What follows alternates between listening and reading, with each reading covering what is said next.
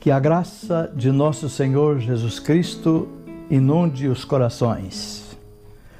Que alegria tornar a estar com vocês para mais uma meditação bíblica. Há já pelo menos umas 2 ou 3 vezes que nós temos falado com vocês sobre a pessoa do Espírito Santo.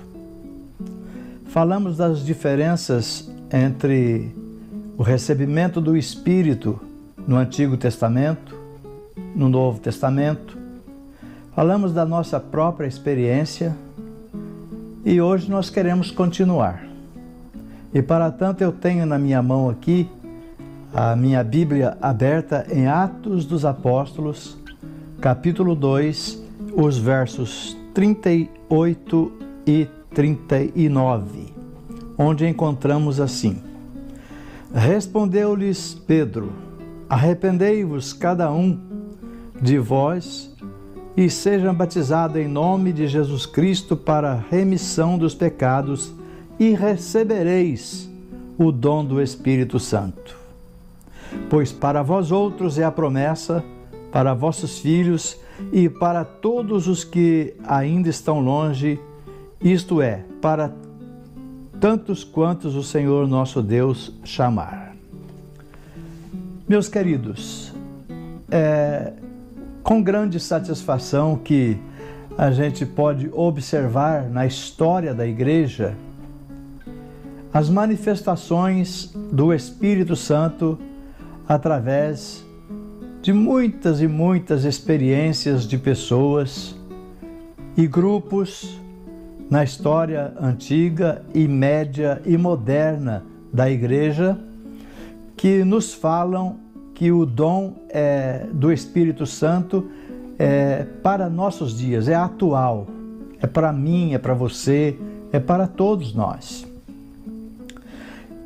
No livro de Atos dos Apóstolos, a sequência do derramamento do Espírito Santo pode ser vista especialmente quando Filipe chegou em Samaria e lá fez uma pregação evangélica, assim como Pedro estava fazendo esta pregação evangélica aqui em Atos capítulo 2.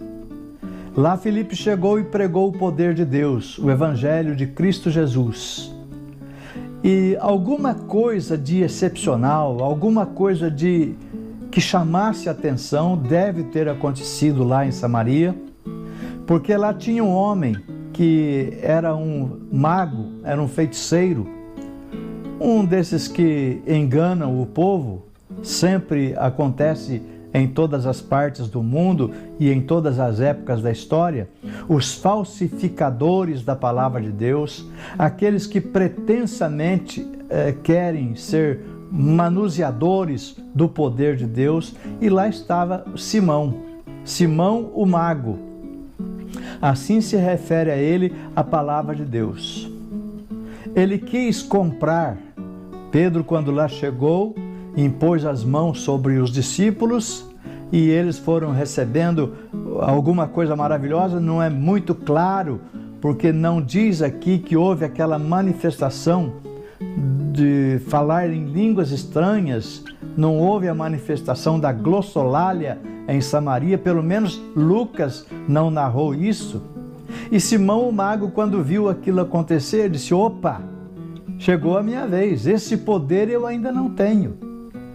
E ofereceu uma soma em dinheiro para poder ser o dono ou também possuir aquele poder que os apóstolos tinham, e também o Filipe, que era o grande evangelista na época, tinha sido diácono na igreja em Jerusalém e agora se tornou um grande discípulo na cidade de Samaria. Então este afã de Simão querer comprar o dom espiritual por uma soma de dinheiro é conhecido por nós pelo termo de simonia, que é exatamente esse o nome técnico que se dá ao ato de se comprar um cargo eclesiástico. E Pedro, então, aborrecido com esta atitude daquele homem, que se dizia o grande poder de Deus lá na cidade e enganava muitos com isso, Pedro chamou para ele um castigo que lhe veio imediatamente. Ele não pôde enxergar durante algum tempo. Bem, esta foi uma ocasião em que a queda do Espírito Santo, a vinda do Espírito Santo para um grupo de pessoas, não se manifestou com o dom de línguas. Mas na casa de Cornélio, eu acho muito importante isso, que nós frisemos isto, porque na casa de Cornélio, no capítulo 10 e 11 de Atos dos Apóstolos, Pedro estava lá em Jope, recebeu aquela visão do lençol amarrado com 4 pontas, cheio de animais de todas as espécies, e uma voz que dizia para ele: mata e come, fato que ocorreu por umas 2 ou 3 vezes.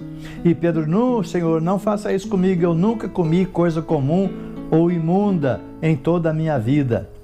Mas a voz dizia para ele: não tornes tu comum ou impuro aquilo que Deus purificou. E assim, enquanto Pedro estava nesse êxtase espiritual, lá no terraço da casa do seu xará, o Simão, o curtidor, então ele, enquanto ele estava lá nesse êxtase, tendo essa experiência espiritual, chegaram os emissários, os mensageiros de Cornélio, que mandou-os para chamar Pedro para estar com ele lá em Cesareia. Pedro foi com eles no dia seguinte e chegou lá. Cornélio já tinha reunido toda a sua família e, de certo, também convidou algumas pessoas vizinhas e disse para Pedro: olha, nós estamos aqui para ouvir tudo quanto Deus te mandar dizer para nós. E Pedro começou a falar sobre a gloriosa salvação que há em Cristo Jesus. E diz a palavra de Deus que enquanto Pedro falava, caiu sobre eles o Espírito Santo e falavam línguas estranhas, como o apóstolo Pedro tinha falado aqui no capítulo 2 de Atos dos Apóstolos, onde nós estamos estacionados. Outra vez isto veio acontecer lá na cidade de Éfeso. Quando Paulo lá chegou, ele perguntou aos discípulos que lá estavam, que só conheciam o batismo de João, e perguntou para eles: vocês já receberam o Espírito Santo quando vocês creram? Olha, nós nem sabemos que haja Espírito Santo. De certo, Paulo deu-lhes uma explicação da doutrina do Espírito Santo, e aí então impôs as mãos sobre eles, e eles também falaram línguas estranhas. Este fenômeno maravilhoso de falar línguas estranhas tem acompanhado a igreja em todos os lugares, note bem, onde o genuíno evangelho é pregado sem rebusco nenhum, sem nenhuma fantasia. Isto não é uma fantasia, não é uma coisa inventada pelos apóstolos, não.